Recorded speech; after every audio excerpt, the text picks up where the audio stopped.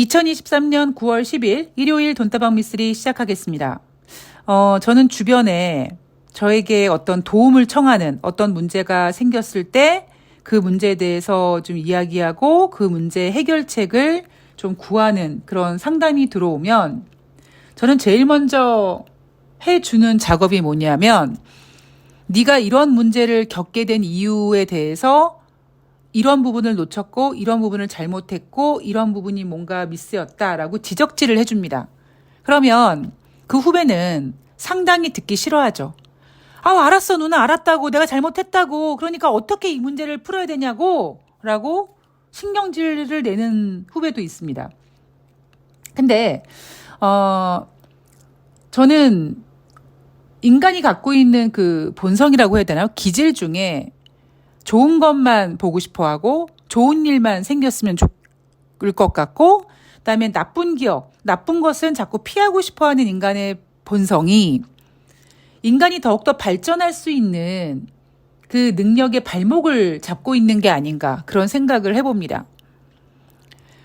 제가 늘 말씀드리지만 경제는 어떤 수치가 딱 단편적인 그 모습이 아니라 그 수치가 만들어지기까지의 과정, 그 수치의 어떤 흐름, 그런 것들을 쭉 우리가 계속 되새김질하면서 정확하게 인식하고 분석하고 그 데이터를 통해서 앞으로 어떻게 될 건지에 대한 예상이 가능한 게 맞는 거잖아요. 우리가 역사 공부가 중요하다고 하는 이유가 뭐겠습니까? 단순히 뭐 역사는 되풀이 된다라기보다는 역사를 잃은 민족에게 미래는 없다라는 말처럼 그렇게 우리는 과거를 계속 돌아보고 그 과거가 정말 다시는 생각하고 싶지 않은 아픈 기억일 수도 있고요.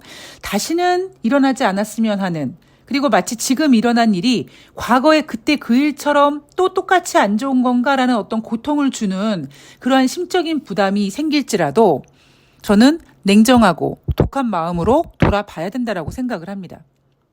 그러니까 저는 직업이 물론 개인적으로 매매를 하는 사람이기도 하지만 공식적으로 돈다방 미쓰리라는 이 방송을 통해서 주식시장을 전망하는 사람이잖아요. 저는 분석하는 사람도 아니에요. 그냥 분석하는 사람은 그냥 수치가 이렇고 이슈가 이런 게 있고라는 게 분석이고요. 저는 돈다방 미쓰리를 통해서 들어보신 분들은 아시겠지만 계속 남들보다 반 걸음 혹은 한 걸음 미리 가서 이렇게 될 것 같아요, 저렇게 될 것 같아요 라고 전망하지 않습니까? 제가 방송을 하면서 주식시장에 계속 앞을 향해서 달려가면서 전망을 할 때 가장 중요한 데이터는요, 다른 거 없습니다. 계속 돌아갈 수는 없지만 돌아보는 그 작업을 계속 하는 거예요. 가깝게는 뭐 일주일, 가깝게는 뭐 어제, 길게는 1년 전 혹은 2년 전, 아니면 2015년 미쓰리가 돈다방 미쓰리를 처음 할 때 다시 그 스타트 시점으로 돌아가서 다시 한번 돌아봅니다. 제가 정말 뭐 아침에 일어났더니 뭐 꿈속에서 뭐 어떤 조상신이 나타나가지고 뭐 앞으로 연준이 금리를 인상하지 못할 거야 이렇게 저한테 무슨 예언을 하는 게 아니라 제가 여러분들께 좀 자신 있게, 여러분 지금 전문가들이 이렇게 헛소리하고 있는데요, 이렇게 될 거예요. 뭐 올해 하반기에 금리 인하 얘기하고 있지만 금리 인하 못할 거예요. 이렇게 여러분들께 자신감을 가지고 시황을 전망할 수 있는 이유는 저는 자꾸 돌아보기 때문입니다. 그래서 물론 오늘 방송도 매우 중요하죠. 어제는 지난주를 챙겼고 오늘 방송은 다가오는 한 주를 이제 준비해야 되는 거기 때문에 오늘 방송도 매우 중요합니다만, 저는 여러분들이 꼭 돈다방 미쓰리를 통한 어떤 주식 경제 이야기를 듣지 않아도 한 가지 좀 제가, 그러니까 사람으로서 여러분들을 아끼는 마음으로 산전수전 공중전 다 겪어본 제 입장에서 한 말씀만 드리자면, 과거를 좀 많이 돌아보는 그런 시간들을 많이 가져보셨으면 좋겠어요. 그 과거가 물론 행복했을 때는 물론 좋겠지만 그 과거가 피하고 싶은 불편한 과거일지라도 그게 트라우마가 돼서 잠깐은 여러분들이 힘들게 할진 모르겠습니다만 저는 그러한 모든 경험들이 여러분들에게 큰 무기가 될 거라고 생각을 합니다. 저는 그렇거든요. 제가 방송에서 뭐 2008년도 때 제 인생의 바닥을 찍었다 그러면 그렇게 얘기하는 순간에 제 머릿속에서는 이제 그때 어떤 일들이 있었는지, 제가 그때 얼마나 힘들었었는지가 되새겨지죠. 그런데 그렇게 되새김질을 할 때마다 제가 드는 생각은 뭐냐면, 그때 너무 힘들었어가 아니라, 그래, 그때 진짜 졸라 힘들었는데, 그래도 내가 미래는 좋아질 거야 라고 생각을 하고 잘 이겨냈어. 그런데 혹시 내가 이겨낼 때, 그때 혹시 내가 잘 이겨냈으나 뭔가 놓친 게 있지 않나? 뭐 그런 것들을 계속 생각하거든요. 주식시장에서도 마찬가지입니다. 그래서 여러분들이 나 주식으로 돈을 좀 벌고 싶어 라고 생각하신다면 물론 미래를 보는 전망도 매우 중요하지만 그 과거 속에 여러분들이 매매에서 수많은 실패를 했던 그런 경험들까지 계속 반복적으로 생각해내고 그때 놓친 것들을 점검하면서 여러분들의 잘못된 매매 습관을 고쳐나가는 겁니다. 며칠 전에 어떤 이제 이벤트 참가하신 분 중에서 이제 수익을 내서 매도를 해드린 분이 계세요. 그러니까 그분이 이제 너무 감명을 받았다라는 거죠. 자기는 주식에서 매번 손해만 봤는데 이렇게 수익을 내서 그것도 매도를 딱 했다. 더 환상적인 거는 뭐냐면 매도를 했는데 그 종목이 주가가 빠졌어요.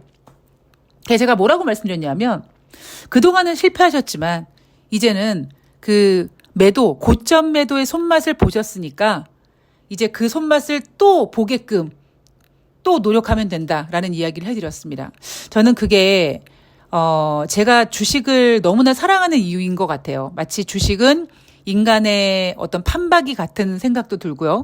그리고 저 같은 경우는 인생을 통해서 혹은 주식을 통해서 많이 성장하고 있는 그 좋은 어떤 선생님이 아닌가 싶어요. 주식이란 저에게 굉장히 좋은 선생님이라는 생각이 듭니다. 여러분들이 주식은 단순히 너무 어렵고 힘들고 이렇게 생각하시기보다는 주식과 친근, 아주 가까워져서 주식으로부터 배우고 주식과 나누고 그 나눔이 아픔보다는 손해보다는 수익의 기쁨을 더 많이 나눌 수 있도록 주식과 좀 친해지셨으면 좋겠습니다. 그리고 그렇게 친해질 수 있도록 미쓰리가 최선을 다할게요. 자, 잔소리를 좀 했는데 지난주 주식시장은 어제 점검을 해드렸는데 제가 최근에 여러분들께 가장 자주 해드리는 얘기가 뭐냐면 여러분 지금 주식시장은요 개인 투자자들이 너무 시장을 훼손시킨다라는 표현은 좀 안 맞는 것 같아요. 왜냐하면 지금 개인 투자자들은 정작 주식시장에 뛰어든 개인들은 엄청나게 흥분하고 있지만 결국 그 개인들은 나중에 눈물로 시장을 포기하게 될 희생자들이기 때문에 그 개인 투자자들에게 제가 훼손시킨다라는 이야기는 하고 싶지 않습니다. 그리고 개인 투자자들이 잘못한 것도 아니죠. 누가 잘못했습니까? 물론 최종적인 결정은 매매를 하는 개인들이 잘못한 거지만 주가가 빠지고 있는데 이 상황에서 비중 확대해라, 저가 매수에 응할 때다 이런 이야기를 하면서 개인들을 선동하고 있는 몹쓸 무능력한 전문가들이 가장 쳐 죽일 놈들이죠. 자, 지금 시장을 간단하게 보면 지난주에 여러분 한 주 동안 코스피가 0.63% 하락했습니다. 그런데 코스피는 기관이 매도를 했어요. 그리고 외인과 개인이 매수를 했습니다. 코스닥 같은 경우는요. 지난주 한 주 동안 0.60% 하락했는데 코스닥 매도는 외인이 이끌었고요. 기관과 개인이 매수했습니다. 언뜻 들으면 코스피에서는 기관이 매도했잖아. 외인과 개인이 샀잖아. 뭐 외인도 샀는데 이렇게 마치 매수에 뛰어든 개인을 외인들과 동일시하면서 지금 매수는 굉장히 지혜로운 매수야라고 포장을 하지만 여러분들께서는 여기에 속으시면 안 됩니다. 개인들이 매매하는 규모와 외국인들이 매매하는 규모와 이 어떤 매매 스타일은 비교할 수가 없어요. 그냥 지금 코스피와 코스닥은 개인이 매수하고 있고요. 그 매수를 누가 선동하냐면 앞으로 상승할 거야. 지금 빠졌을 때 사야 돼. 비중 확대해야 돼. 라고 선동하는 전문가들. 그리고 거기에 더 나아가서 봐봐. 코스피 기관은 매도했지만 외인이 샀지? 그러니까 개인이 매수한 것도 괜찮은 거야. 코스닥 봐봐. 외인이 매도했지만 기관이 코스닥 샀잖아. 개인도 코스닥 샀지? 괜찮은 매수야. 잘 산 거야. 라고 궁뎅이를 퉁퉁퉁퉁 두들기면서 선동을 하는 사람들 때문에 개인들이 나중에 피눈물을 흘리게 되는 거죠. 이거는 제가 작년 연말부터 말씀드리는 대한민국 주식시장의 공식이고요. 물론 대한민국 주식시장 뿐이겠습니까? 모든 돈이라는 걸 다루는 모든 자산시장에서 똑같다고 전 생각을 합니다. 단지 저는 주식만 알고 있기 때문에 주식에 비유하는 것 뿐이고요. 자, 어쨌든 지금 코스피, 코스닥은 모두 선동질 당하고 있는 개인 투자자들이 희생을 하면서 열심히 시장에 뛰어들어서 만들어 놓고 있는 판이다. 자, 9월 11일부터 9월 15일까지 한 주 동안 주간 증시 전망을 좀 해볼 텐데 지난주 2547포인트로 마감했잖아요. 결론 먼저 말씀드리면 다가오는 한 주 동안 저는 2500포인트 깰 수 있다라고 보고 있습니다. 제가 지난번에 그랬죠. 2600포인트가 되면 개인이 뛰어드는데 개인이 뛰어들어서 매수세가 뛰어들면 2700까지 막 접근하고 손만 닿으면 2700이 될 것 같은 그러한 환상 때문에 개인들이 마구마구 매수를 하다가 2600이 깨져요. 그러면 여전히 전문가들은 비중 확대를 얘기합니다. 그러면서 개인들은 2600을 다시 만들기 위해서 꺼이 주식을 사죠. 그러나 2600선 위에서 산 개인들은 어떤 포지션입니까? 이거 아니네. 2700 못 가네. 그러면 내가 2600 이상 올라오면 내가 얼른 손에 덜 보고 팔고 나가야지. 이렇게 저항선으로 매물대가 만들어지고 그리고 이제 2540이잖아요. 2547포인트면 제가 말씀드렸죠. 이제 조만간 2400포인트로 내려갈 거다. 그러면 2500포인트에서 얼마 전까지 또 막 2600이 막 넘어가고 분위기 괜찮았기 때문에 삼성전자가 막 하루에 4%씩 올라가면서 분위기 만들다 보니까 개인들이 또 2500포인트 선에서 매수를 했고 그들이 지금 만약에 2400포인트로 내려가면 또 2500만 되면은 내가 팔아야지라고 지금 계속 개인들의 매물대가 만들어지고 있습니다. 물론 반대로 현금 매수해서 현금을 보유하면서 여차서 푹 빠지면 내가 왕창 물타기에서 평단을 낮춰놔야지라는 야무진 헛꿈을 꾸고 있는 개인들도 매우 많죠. 제가 이벤트 하면서 계속 강조하는 게 뭐냐면 추가 매수하지 마십시오. 그러면 여러분들은 이벤트 참여하신 분들은 올라갈 거라며. 근데 올라갈 거면 빠졌을 때 더 물량 사놓으면 좋지. 너 미쓰리 솔직히 그거 안 올라가는 거 아니야? 자신 없어가지고 나 물타기 못 시키는 거 아니야? 이렇게 의심하시는 분들이 많으실 텐데 죄송하지만 그런 분들은 저랑 같이 매매하지 않았으면 좋겠고요. 제가 왜 물타기 하면 안 된다는 것에 대해서는 여러분들께 귀에 딱지가 않도록 얘기를 했습니다. 주식시장은 여러분들이 생각하는 만큼 그렇게 허접하고 이런 게 아니에요.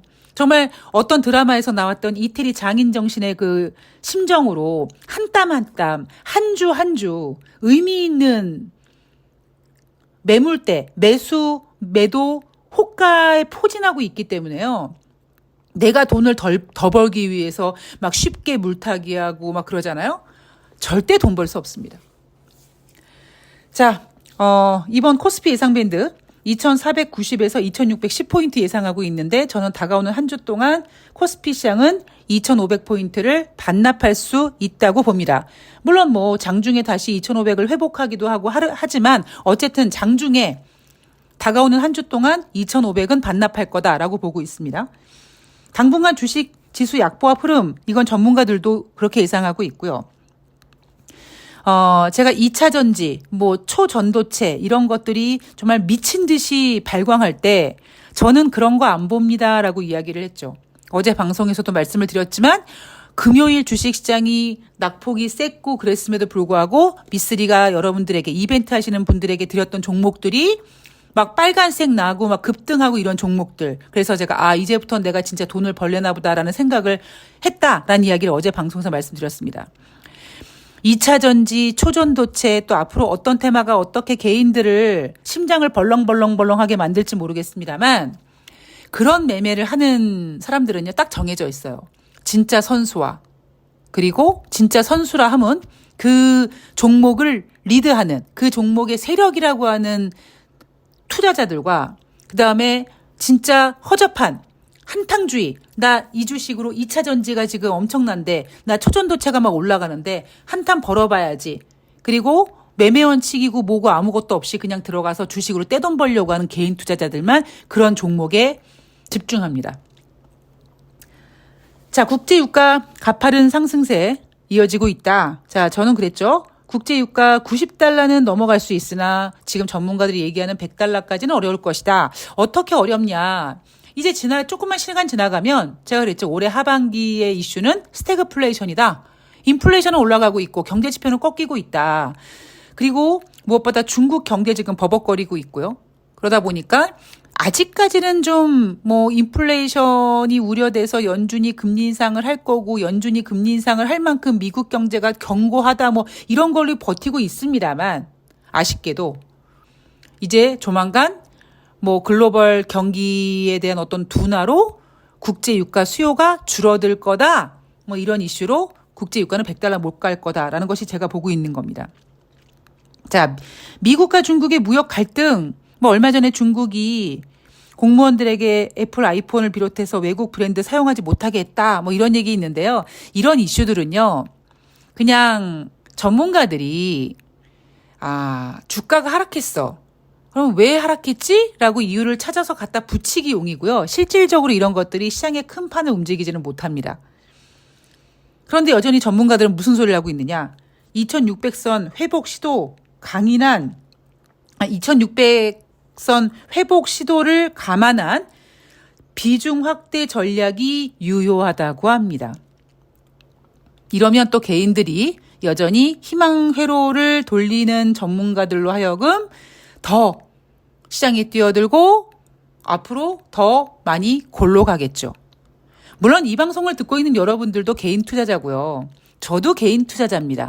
그런데 시장을 바라보는 관점, 내가 개인 투자자지만 내가 휩쓸리는 개인 투자자냐 아니면 내가 멘탈을 잡고 내 갈 길을 가는 개인 투자자냐에 따라서 주식의 성공과 실패가 완전히 판가름 나는 그 기로가 엄청나게 강합니다. 자, 뉴욕 증시 같은 경우는요. 지금 방송 시간이 이제 많이 지나갔는데 다가오는 뉴욕 증시는요. 딱 한 가지예요. 다 필요 없어. 그냥 뭐예요? 8월 달 소비자 물가 지표입니다. 자, 지난주 금요일 뉴욕 증시는 저가 매수세로 반등을 했어요. 지난주 내내 하락했다가 혼조세로 마감했다가 금요일 날은 저가 매수세로 반등을 했는데 지난주 지난주 뉴욕 증시가 하락한 이유는 국제 유가 때문에 인플레이션이 자극되고 인플레이션이 반등하니까 연준이 금리 인상을 할 거다. 금리 인상은 주식시장에 안 좋은 거다. 이것 때문에 하락한 건데 이 하락에는 그 하락을 이야기하는 해석에는 굉장히 잘못된 오류가 있다라고 제가 계속 지적해드리고 있죠. 자, 이슈를 보면은요. 11일 전미은행가들의 협회에서 반기 경제 전망. 아마 은행가들 협회니까 아마 여기서 나올 수 있는 얘기가 상업용 부동산에 대한 우려감이라든가 그런 거 좀 조심해야 된다. 이 정도 나올 가능성 크고요. 10일 애플 신형 아이폰 출시 이벤트. 자, 경제가 좋아야지만 애플 많이 팔릴 텐데 할 텐데 지금 그런 분위기는 또 아니고요. 거기에다가 지난번 베이지북에서 보였듯이 이제 미국 국민들도 이제 갖고 있는 현금 다 쓰고 더 소비하고 싶어서 대출에 의지한다. 이런 베이직북 발표도 있었습니다. 아이폰 신형이 이벤트를 해서 이제 판매가 시작되겠지만 아마 그 판매되는 예상치 눈높이 많이 낮춰놓을 겁니다. 그리고 애플 신형 이벤트 이런 이벤트는요. 그러니까 이러한 이슈는 굉장히 주식시장에서 아주 미미한 그런 영향입니다.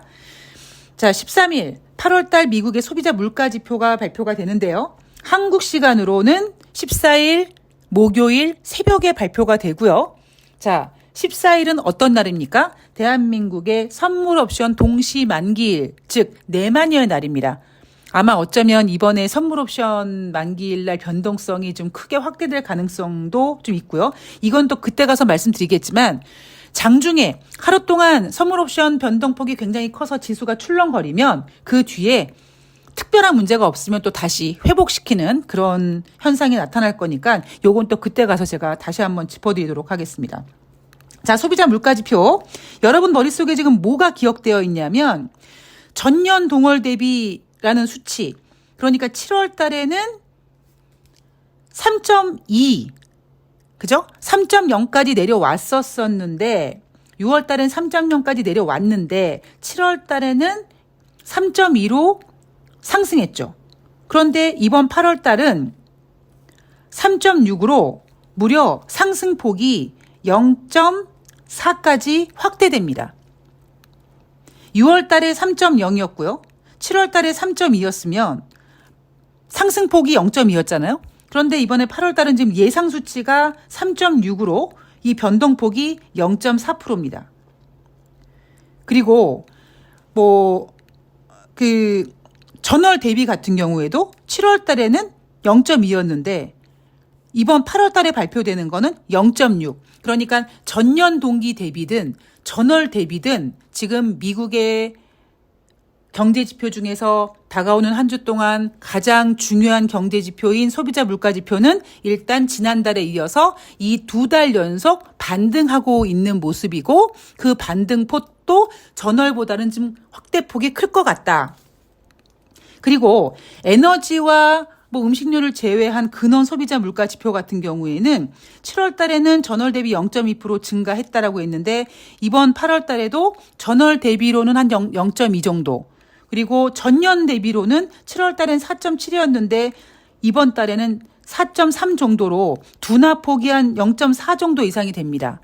근데 이 근원 소비자 물가 지표는 에너지와 음식료를 제외한 거긴 하지만 사실 우리가 실질적으로 살면서 에너지와 음식료를 제외하고 물가가 싸다 이렇게 생각할 수 없잖아요. 결국 소비자들은 지갑을 열 때는 근원 소비자 물가 지표가 아니라 일반 소비자 물가 지표에 일반 소비자 물가 지표에 적용되기 때문인 거죠. 자, 그리고 14일 날 미국의 소매 판매, 8월 달 소매 판매가 발표가 되는데 7월 달에는 0.7% 상승했다고 했습니다만 8월 달에는 지금 0.1% 상승에 그칠 거다. 왜냐하면 8월 달에 여러분 어땠습니까? 주식 시장이 좋지 않았거든요. 자, 그리고 8월 달에 생산자 물가 지표 발표되고요. 15일 날 9월 달 엠파이어 스테이트 제조업 지표가 발표가 되는데 지금 일단 가장 중요한 거는 우리나라 시간으로 14일 목요일 날 발표되는 8월 미국의 소비자 물가 지표. 지금 대부분 상승할 것이다. 상승폭은 전월 대비 클 것이다. 라고 했을 때 이제 관점이 이렇게 소비자 물가 지표가 2달 연속 반등했으니까 9월 달에는 동결한다고 치고 11월 달에 금리 인상을 하냐 마냐. 물론 미쓰리가 생각했을 때 다 의미 없는 짓이지만 시장은 일단 그렇게 정신줄 놓고 흔들 거고요.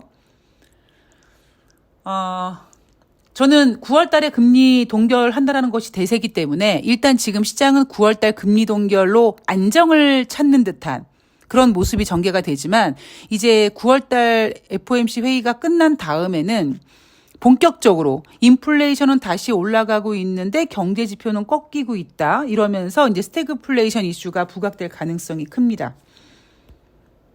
자, 자세한 얘기는 또 주간 계속 점검해 갈 거고요. 미쓰리가 그랬죠. 2023년도 주식시장은 오르락 내리락, 오르락 내리락, 오르락 내리락.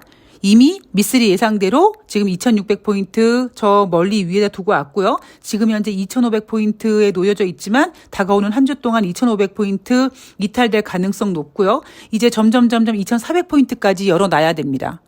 물론 중간중간에 튀는 이슈도 있지만 그 튀는 포인트는 시장의 흐름을 바꾸는 것이 아니라 인생이나 주식이나 한쪽 방향으로 가는 게 없다라는 원리 하에 움직이는 것이다. 하반기 안 좋아? 그게 안 좋은 게 아니라 우리는 이미 그런 그림을 알고 있기 때문에 다행인 거고요. 정말 안 좋은 최악의 상태만 안 좋으면 안 나오면 되는 거고요. 지금 시장은 투자자들에게 배드 이즈 굿이다, 나쁜 소식이 좋다, 좋은 거다라고 투자자들을 꼬시고 있지만, 홀리고 있지만 나쁜 건 나쁜 겁니다.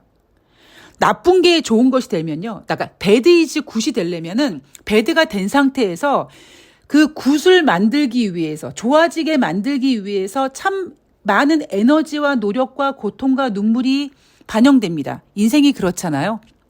그래서 배드 이즈 굿이라는 것에 대해서 너무 홀리지 마시고 우리는 멘탈 꽉 잡고 다가오는 한 주 화이팅 해보자고요.